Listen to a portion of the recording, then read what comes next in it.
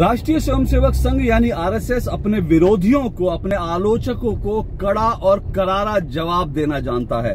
इस बार आरएसएस ने दरअसल जवाब दिया है राहुल गांधी को, और क्या खूब करारा जवाब दिया है। राहुल गांधी महिला विरोधी दरअसल हैं और इसीलिए वो कहते हैं कि वो महिलाओं को निक्कर में देखना चाहते हैं आरएसएस की शाखा में। इस तरह की कई तरह की आलोचना भी हुई। हालांकि मैं आपको बता दूं कि आरएसएस जो है महिला विरोधी कतई नहीं है, क्योंकि आरएसएस की महिलाओं की अलग विंग है जिसको राष्ट्र सेविका समिति के नाम से जाना जाता है। तो जानी मानी पर्वतारोही संतोष यादव को आरएसएस ने अपने दशहरे के विजयदशमी के कार्यक्रम में मुख्य अतिथि बुलाया है। प्रणब मुखर्जी आरएसएस के विजयदशमी कार्यक्रम में गए क्योंकि प्रणब मुखर्जी ये समझते थे कि आरएसएस की इंपॉर्टेंस क्या है। वो जानते थे कि आरएसएस के विजयदशमी कार्यक्रम की दरअसल जो है उसकी इंपॉर्टेंस क्या है।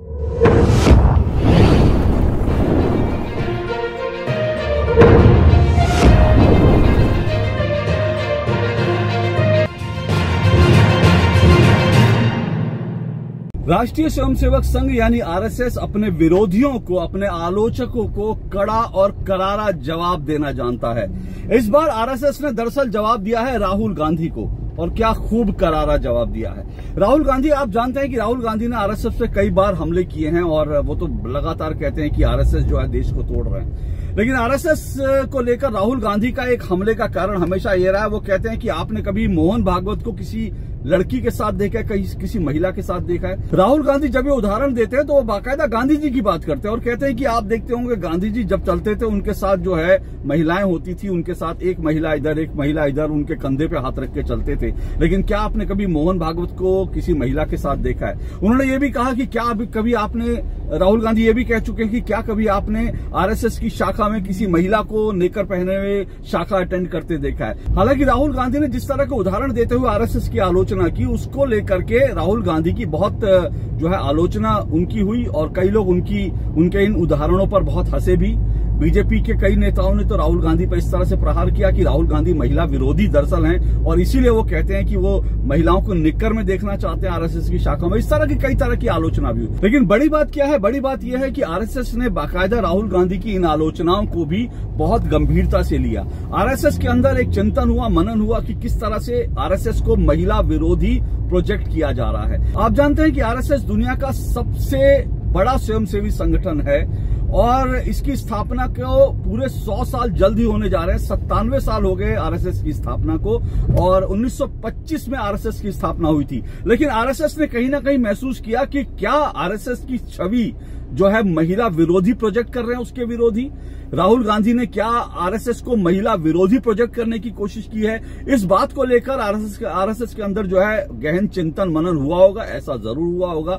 हालांकि मैं आपको बता दूं कि आरएसएस जो है महिला विरोधी कतई नहीं है, क्योंकि आरएसएस की महिलाओं की अलग विंग है जिसको राष्ट्र सेविका समिति के नाम से जाना जाता है। 1925 में आरएसएस की स्थापना हुई थी और 1936 के अंदर राष्ट्र सेविका समिति यानी कि आजादी से भी पहले 1936 में राष्ट्र सेविका समिति की, माफ कीजिएगा, 1936 में राष्ट्र सेविका समिति की स्थापना हुई थी। और दरअसल ये जो राष्ट्र सेविका समिति है ये आरएसएस की महिला विंग है और इसके भी कैडर होता है बाकायदा, इसके भी जो है महिलाएं इसका हिस्सा होती हैं और ये लोग भी कई तरह के कार्यक्रम करते हैं। लेकिन महिला जो विंग है आरएसएस की, राष्ट्र सेविका समिति है, वो आरएसएस की तरह उसकी अलग अलग शाखाएं डेली नहीं लगती और उस तरह से उसकी अलग से पहचान नहीं है। तो शायद यही वजह है कि कहीं ना कहीं आरएसएस की छवि जो है महिला विरोधी एक तरह से दिखाने की कोशिश इसके विरोधी करते हैं, आरएसएस के विरोधी जो है करते हैं। इसलिए आरएसएस ने तय किया है कि इस बुधवार को यानी इस दशहरे को जब आरएसएस का स्थापना दिवस मनाया जाएगा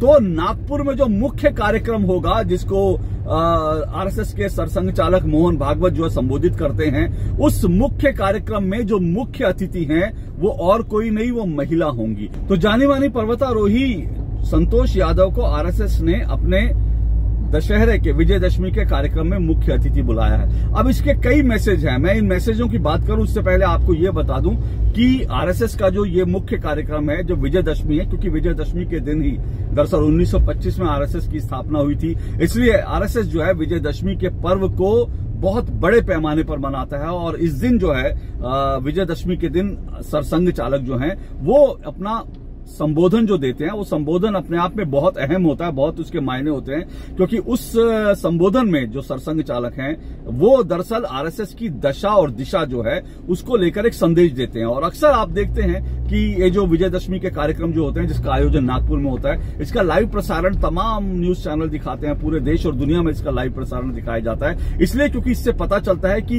इससे आरएसएस की जो सोच है और आरएसएस अब आगे किस दिशा में आगे बढ़ रहा है, किस दिशा में सोच रहा है, उस सोच का पता चलता है विजयदशमी पर सरसंघ चालक के संबोधन से। और इस दिन जो है मुख्य अतिथि जो है समाज के जो विभिन्न क्षेत्रों में काम करने वाले लोग होते हैं, उनको आरएसएस उनको मुख्य अतिथि के तौर पर बुलाता है। आपको अच्छी तरह से याद होगा कि जो भारत के पूर्व राष्ट्रपति भारत रत्न प्रणब मुखर्जी थे, जो जिंदगी भर एक कांग्रेसी नेता के तौर पर है, उनको भी आरएसएस ने अपने विजयदशमी के कार्यक्रम में बुलाया था। और इस विजयदशमी कार्यक्रम में जब जो है प्रणब मुखर्जी गए तो उनकी खुद की बेटी शर्मिष्ठा मुखर्जी, जो प्रणब मुखर्जी की बेटी हैं और कांग्रेस की नेता रही, वो भी इस बात पर नाराज हो गई थी कि आरएसएस के कार्यक्रम में उनके पिताजी क्यों जा रहे हैं। कांग्रेस के कई लोगों ने इसको लेकर आपत्ति जताई थी, कांग्रेस के कई लोगों को ये बात हजम नहीं हुई थी, लेकिन प्रणब मुखर्जी आरएसएस के विजयदशमी कार्यक्रम में गए क्योंकि प्रणब मुखर्जी ये समझते थे कि आरएसएस की इंपॉर्टेंस क्या है। वो जानते थे कि आरएसएस के विजयदशमी कार्यक्रम की दरअसल जो है उसकी इंपॉर्टेंस क्या है। तो विजयदशमी जो कार्यक्रम संघ का होता है वो अपने आप में बहुत इंपॉर्टेंट है, और इसलिए जो है अब इस कार्यक्रम में जो मुख्य अतिथि होता है उसको बुलाने का भी एक बड़ा खास मकसद होता है। इस बार संतोष यादव को अगर मुख्य अतिथि के तौर पर बुलाया गया, पहली बार एक महिला को बुलाया गया, तो इसके बहुत खास मायने हैं, बहुत खास मैसेज हैं। एक संदेश ये है कि आरएसएस महिला विरोधी नहीं है, ये स्पष्ट संकेत जो है वो दिया है आरएसएस ने।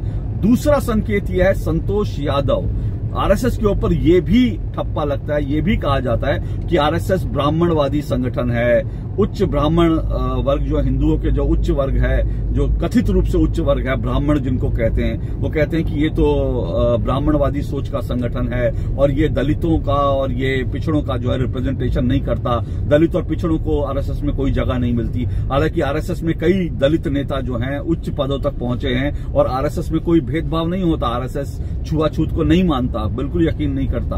आरएसएस जो है इस तरह की छुआछूत में, जात पात में इस तरह के यकीन नहीं करता, लेकिन आरएसएस के विरोधी ये कहते हैं कि आरएसएस जो है ब्राह्मणवादी संगठन है। तो संतोष यादव को बुलाने का एक बड़ा संदेश ये भी है कि संतोष यादव जो है वो यादव कम्युनिटी से हैं, और ये भी एक संदेश है कि आरएसएस जो है वो ब्राह्मणों का संगठन नहीं है, बल्कि वो पूरे हिंदुत्व का जो है रिप्रेजेंटेशन करता है, पूरे भारत को रिप्रेजेंट करता है। तो ये भी एक संदेश है। तो इस तरह से संतोष यादव को बुलाकर आरएसएस ने अपने आलोचकों को मुंहतोड़ जवाब दिया है, खासकर राहुल गांधी को मुंहतोड़ जवाब दिया है, वो राहुल गांधी जो आरएसएस को महिला विरोधी कहते हैं। अब संतोष यादव वहां पर जाकर क्या बोलेंगी उसका हमें इंतजार करना चाहिए, लेकिन एक बात तो तय है, आरएसएस के विषय में एक बात बहुत महत्वपूर्ण है, ये संगठन जैसे मैंने शुरू में बताया 97 वर्ष का हो चुका है, 100 वर्ष पूरे करने जा रहा है। इतनी लंबी आयु तक कोई संगठन चलता नहीं है।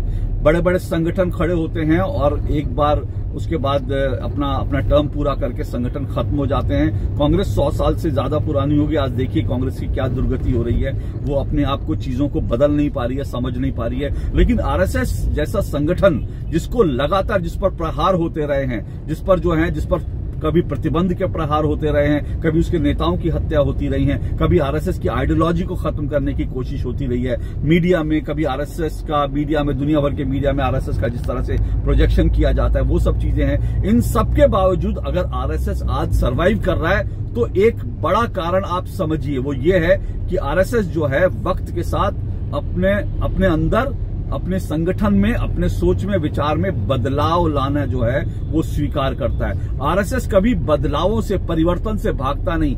ये आरएसएस की कामयाबी का बड़ा एक राज है। तो जिस आरएसएस पे अब तक महिला विरोधी होने का संगठन जो है ठप्पा लगता था, अब उसने जो है एक महिला को अपने मुख्य कार्यक्रम में आमंत्रित करके संदेश दे दिया कि वो महिला विरोधी नहीं है। यही बदलाव है जो आरएसएस को जीवंत बनाए रखता है, यही बदलाव है जो आरएसएस को लोकप्रिय बनाए रखता है, और यही बदलाव है कि आरएसएस 97 वर्ष के बाद भी आज भी लगातार मजबूत हो रहा है, स्ट्रांग हो रहा है। इस बात को समझने की जरूरत है। आज के लिए इतना ही। नमस्कार।